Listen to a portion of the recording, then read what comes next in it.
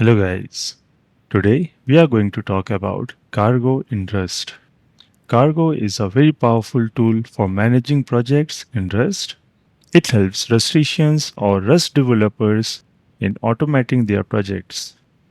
So basically what Cargo does is it can help in building our code so that we don't have to manually build our code all the time. Instead, Cargo will take care of it. The second thing that Cargo does is managing dependencies. So, what are dependencies? Let's take an example to understand it. Suppose we are developing a Rust based application and a requirement comes where we need to deal with image processing. So, one way to deal with this is to create everything from scratch, but this will require a lot of time and efforts. The second or better way is using an already built source code that will provide us pre-built solutions that will deal with image processing.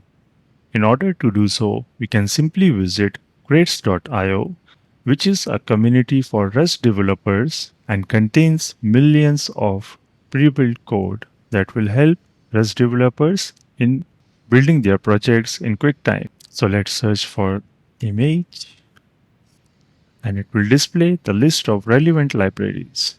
So if I click on the first one, you can see they've provided a description of what this library does, what are the different methods that could be used, and how to install and add this library as a dependency to our project.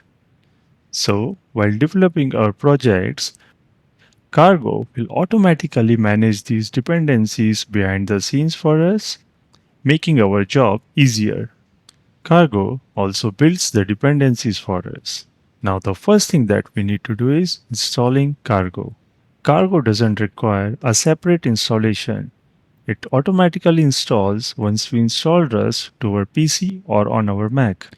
In order to check for the successful installation of Cargo, we can run cargo -version command in terminal on Mac or PowerShell on Windows. So here, if I run cargo -version, then it will display the current cargo version. On the other hand, if the cargo is not installed properly, we'll get an error, no command found.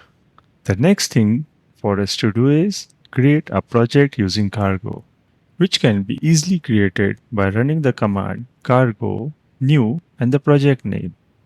For example, if we want to create a project called, for example, if we want to create a project named hello underscore cargo, we can simply go to the terminal and type cargo new hello underscore cargo. So I'm going to type cargo new and the name of the project, which is hello cargo, and it will start creating the project. Now I'm going to open this project in Rust Rover, which I'm using as an IDE. You can use any IDE of your choice. Now I've opened this project in Rust Rover and we'll try to understand the project structure and what different files and directories do. First we'll look at cargo.uml. This file contains all the configuration related details of the project. If you look here, the package header section contains the name of the project, version of the project, and the Rust edition.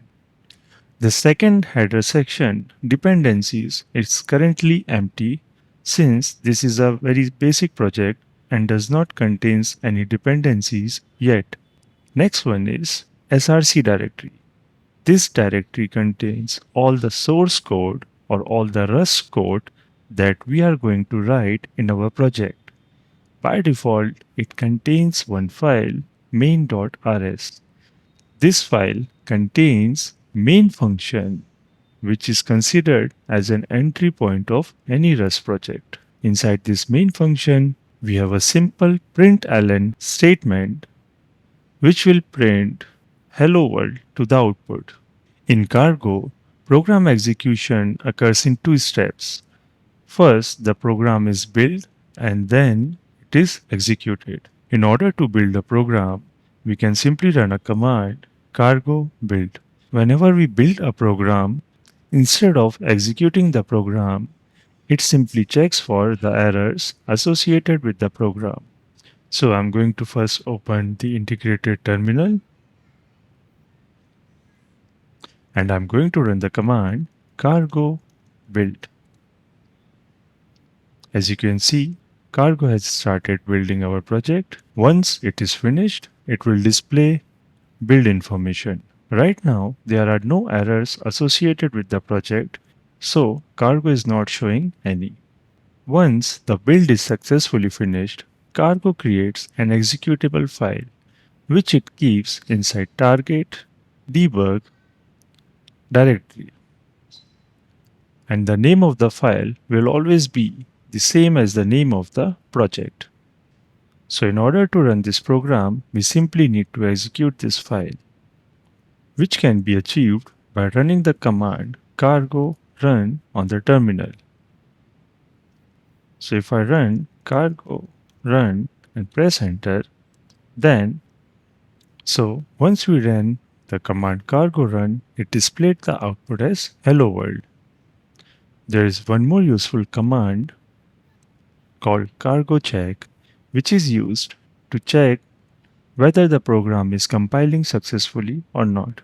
While writing your code, if you don't want to run your program and simply want to check for the correctness of your code, then you can use cargo check. So if I run cargo check here, it will check the source code and will display the errors or the warnings if there are any. So guys, that's all about cargo in Rust.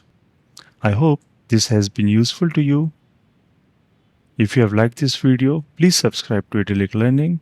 Thanks for watching.